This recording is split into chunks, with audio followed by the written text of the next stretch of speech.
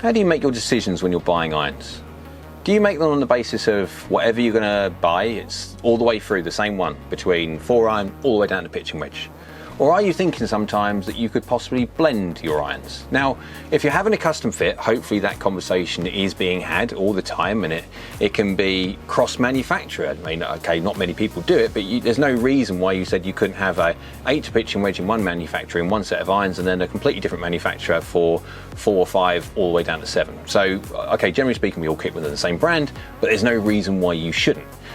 But are you even doing that? Are you having a conversation about possibly using a more helpful player's distance iron if you go in from a blade, say into like a 8-9 pitching wedge, and then using something a little bit more helpful as you go up the bag? Or if you're looking at going 5-iron, 6-iron, full-on game improvement, and when it comes to the bottom end of the bag, when loft dictates you're a little bit straighter, going into something which like player's distance iron rather than a full-on game improvement, yeah, that's an idea. So what we're going to do, I'm going to do some hitting, and we're going to go over to the hitting bay in a few minutes, and I'm going to hit load of no shots anyway, but we'll have a little look at what I'm potentially testing out for me. And I do this a lot during the week when it comes to custom fittings, and even within coaching sessions with clients, making them understand this, so when they're having their buying decisions of their irons that they're thinking about purchasing, doing it slightly in a different way can make a massive difference to the enjoyment of their game over the entire season.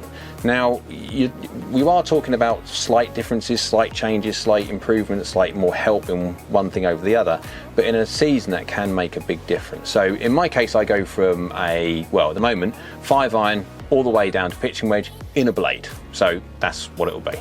However, I'm now thinking about testing out dropping the 5 and 6-iron, or maybe just a 5-iron, and I'm not quite sure yet.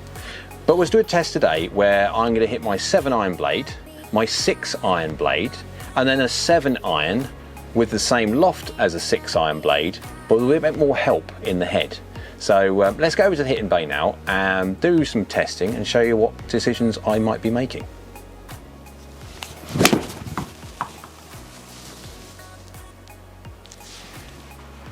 So I've got the green set now at 165, or the pin set at 165. 165 is my normal half decent hit. When you miss hit, there you go, slight miss hit there as you can see on the screen. Carry 161, 10mm low, 6mm toe. I am a slightly, I'm a slightly low toe hitter as a miss. But when it comes to my clubs, it's not going to exactly. You can do this all manufacturers, doesn't matter what it is, but I go blade from pitching wedge all the way to 7. And then after that, I've been experimenting a little bit when it comes to forgiveness, what I kind of get when it comes to changing face technology and that lot. Slightly left, really good hit though. That's going to go the full distance, if not more. There you go. That's a full-on hit. That's as much as I can get out of my 7-iron blade. 170 carry. I'm looking at a 165 medium kind of average, so I'll get a little bit more, a little bit less, depending on how well I hit it. So I've been experimenting between going 7, 6, and 5 in the blade, so 5 all the way down to pitching wedge in the blade. But then looking at sometimes when you miss hit, because again, everyone miss hits, and my miss is low and toe, but especially low, that when you start taking the loft off into a 6 and a 5 and that lot, there is not sufficient help when it comes to these things, these blades. It's just a slab of metal. So going to something like, and I go into 225s, no different. You can go P790 when it comes to I525, that kind of player's distance iron. Although you can start with a player's distance iron and then progress into a full-on game improvement by the time you get into 5 and that idea. So it's just where you transition, and you can transition through multiple manufacturers. So I'm just going to hit another one, and then we'll show you the difference. That's left. That's me all day long. That one, face shut. Aiming left, face slightly left, decent strike means left. There you go, so that's 5mm toe, 4mm low, decent strike, but I'm 1.2 degrees across and 1.2 degrees closed. So starting slightly left and going slightly left. But 9.4 yards offline is not too bad, but it's still a miss. But yeah, there you go. Right, so I'm going to go now to my 6-iron in the blade, hit a few shots. We'll change the distance of the pin and all that lot because obviously it will go a bit further. And then we'll go into the 225 7-iron because they've got the same loft, and we'll show the differences.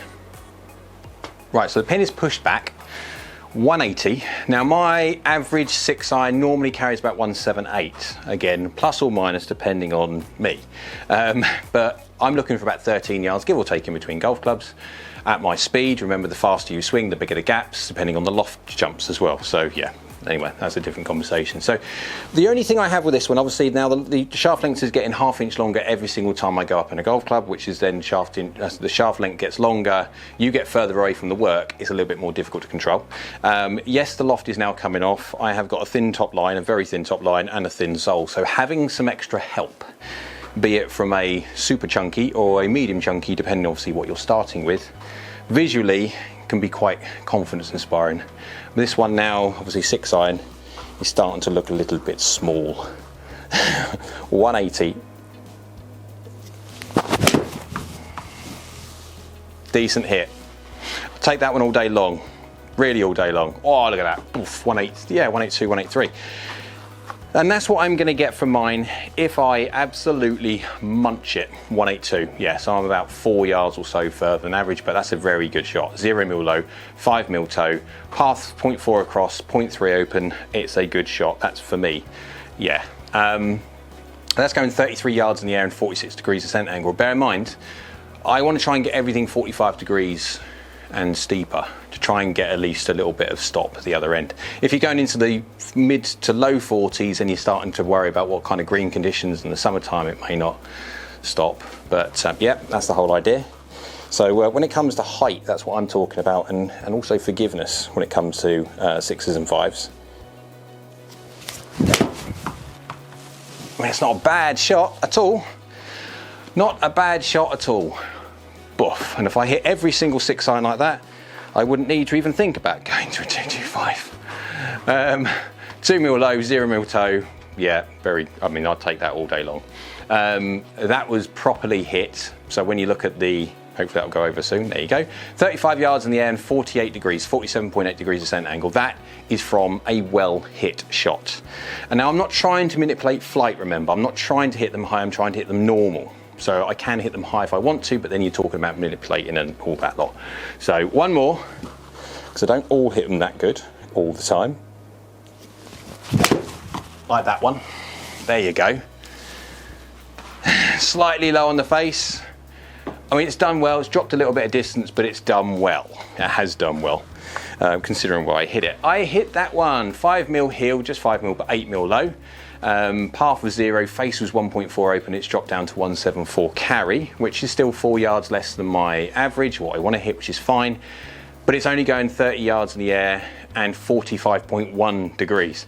That's now dangerously close to a 6-iron being non-functional for me. Again, I want to go as high as I possibly can do when it comes into descent angle numbers. So, and that's 6. Remember, I do this in 6 and 5. Hybrid then 4.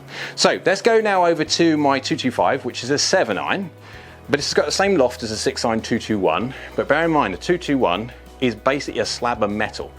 225 has got a little bit more tech involved in the head. Let's go swap over. Right, so no green required moving because we're talking about a club or 2 clubs designed to do the same thing. But obviously now we've got some tech involved in the head. We have got hollow heads, we've got some tungsten, blah de blah de blah, and it doesn't matter where you go when it comes to a Titleist, a Srixon, a TaylorMade, Callaway, Ping, who cares who the manufacturer is, they all make their own levels or their ranges of irons, and they're designed to kind of, within reason, if you do it in the right way, you could blend quite a lot.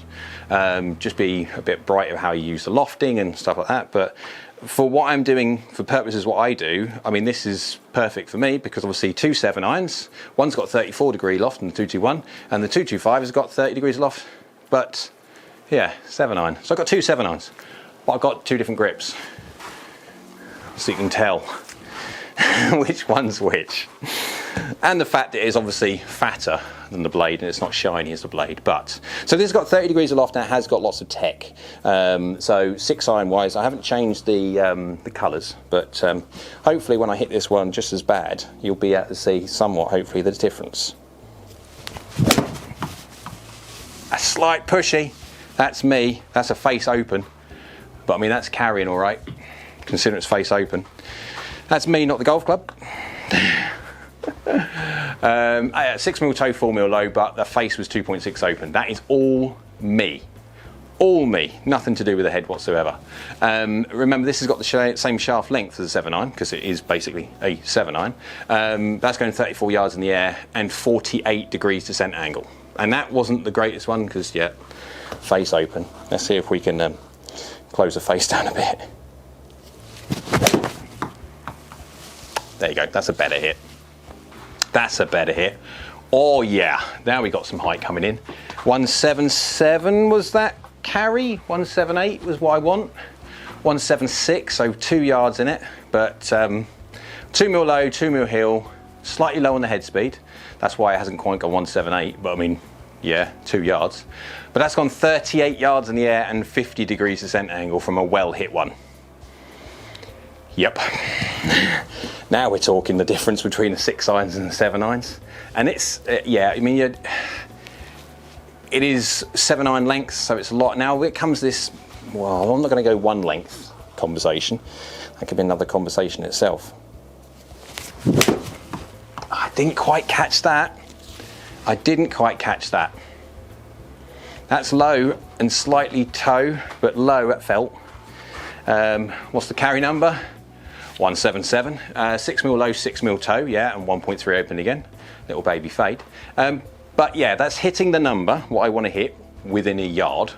8.4 yards offline, but yeah, my face was slightly open, but 34 yards in the air and 48 degrees descent angle. So from hitting loads and loads and loads of times, we're going to go into the numbers now to show you the distinct differences, because I'm going to have to hit this a load of times now to sort of prove the reason why I am now moving potentially over to 2 7-irons, and it could be 2 6-irons, I'm not quite sure, but because there is something nice about hitting a bladed 6-iron, but then again, golf is for scoring, and if this is going to help when it comes to the misses, they're going to do exactly the same, really, give or take, when it comes to the good ones.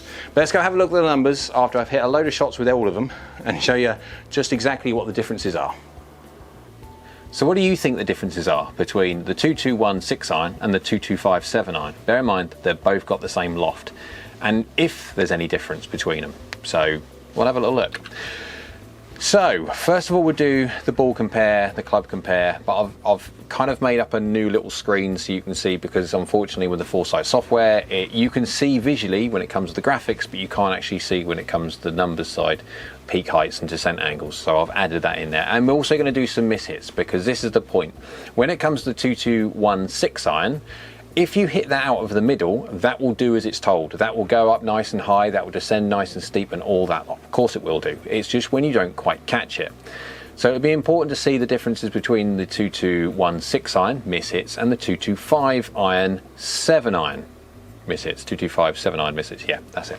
So let's go get the ball compare first. You can see on the screen there we've got 221 7-iron, 34 degrees, 119.5 average ball speed, launch at 19.3, spinning at 6.9, and yeah, side angle 0.4 is, yeah, okay, 165 carry, which is bang on the average carry that I want.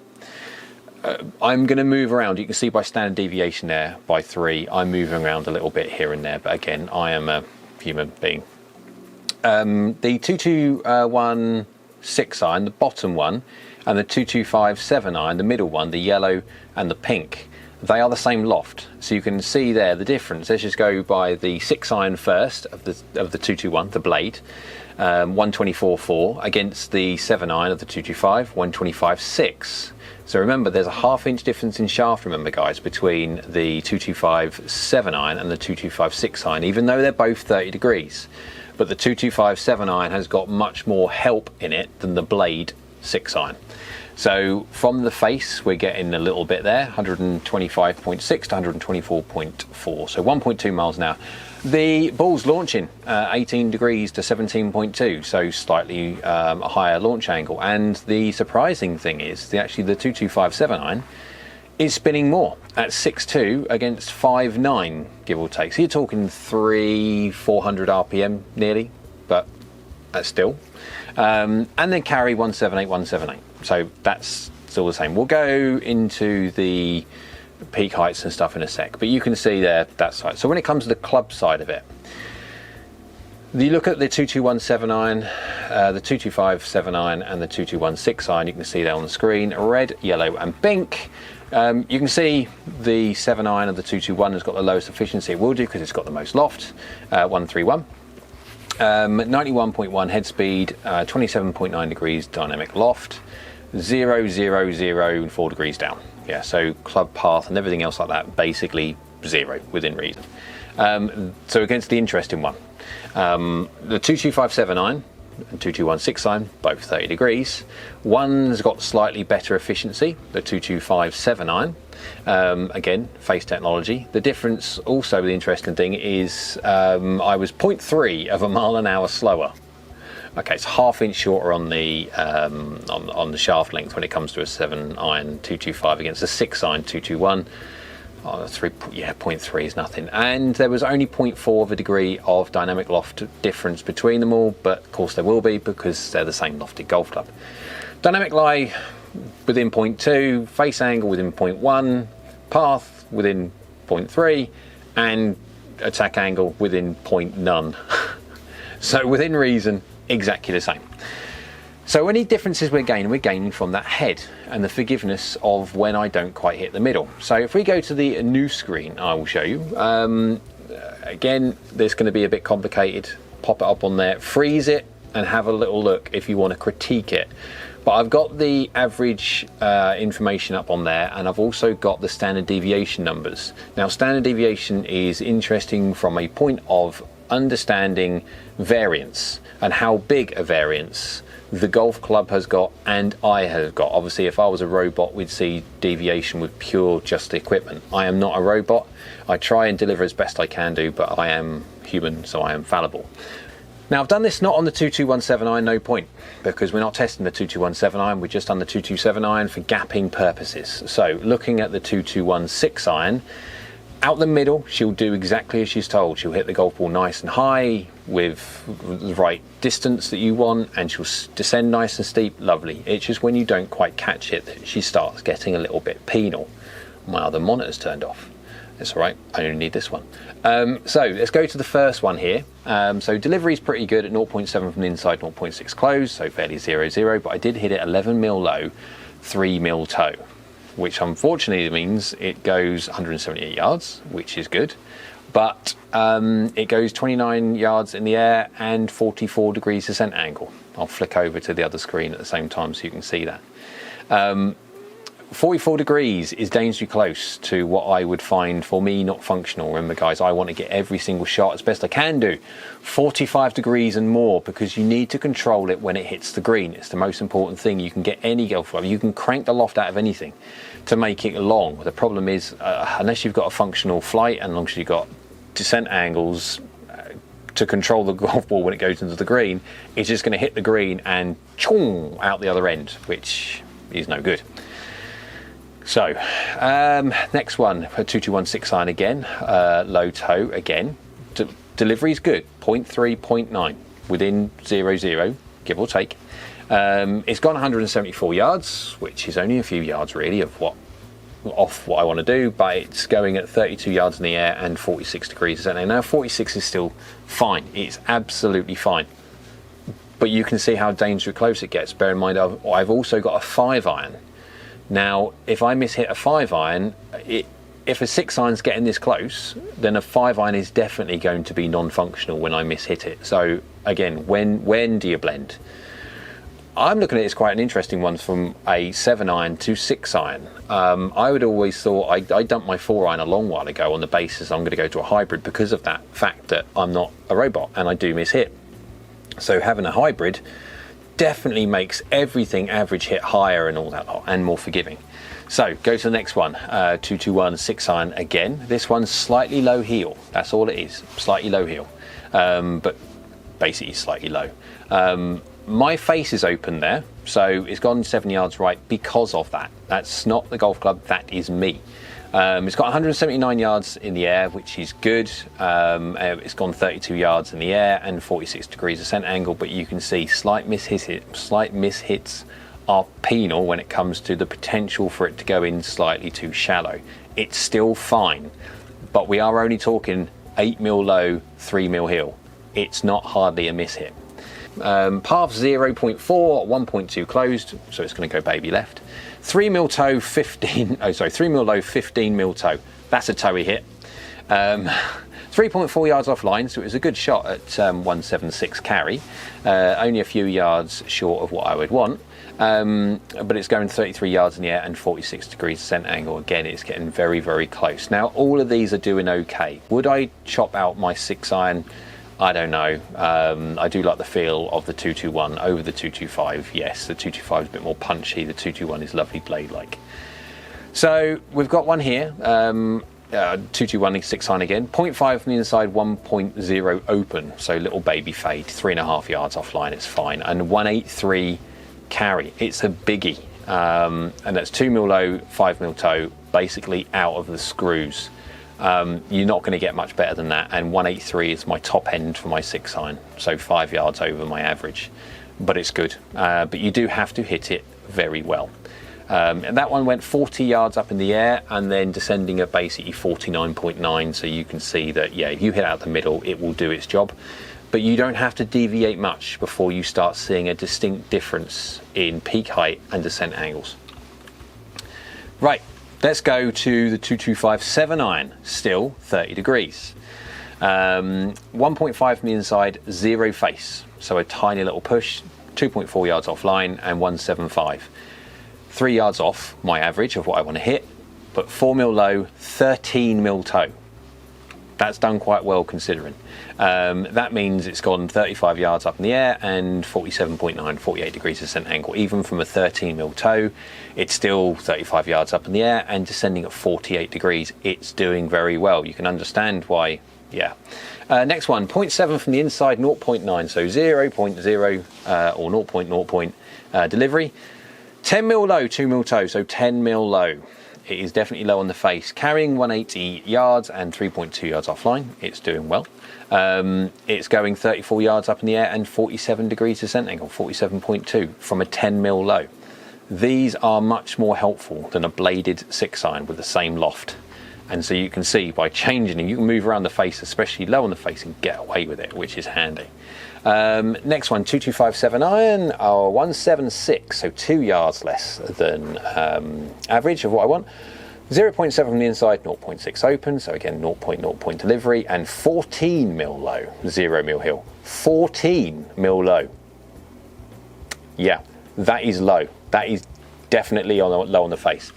33 yards peak height and 46.9 degrees ascent angle, so nearly 47. So we are 2 degrees still beyond my magic number of 45, even from 14 mil low. Yeah. Next one here, 6 mil low, 4 mil hill with a 0.4 from the inside, 0.7 open, little baby fade. Yes, it was 7.3 yards off to the right. But 6 mil low, 4 mil hill, and it has gone 40 yards in the air and 50.1 descent angle. 50.1 degrees descent angle is stopping on any green. Now, when you look at the both of them, they're both 40 yards up in the air and they both descend very steep. The 225 will just pop into the 50s when it comes to descent angle, which is great when it comes to control. So out of the middle, basically, they'll all do exactly the same thing. Let me get that one out there. It's just you can see there from the mishits, when I don't quite do my job properly, okay, a lot of them are purposely trying to mishit to showcase exactly what these will do. It just goes to show the differences between the technology between a game improvement iron, a player's iron, and a blade. Now, if you were to go into player's distance iron, have I got any more? no, that's cool. We'll go into that one. If you were to go into a player's distance iron in the scoring iron, say, you could then go into a game improvement iron when it comes to higher up in the bag, into the 4 irons, the 5 irons, and possibly even the 6 irons.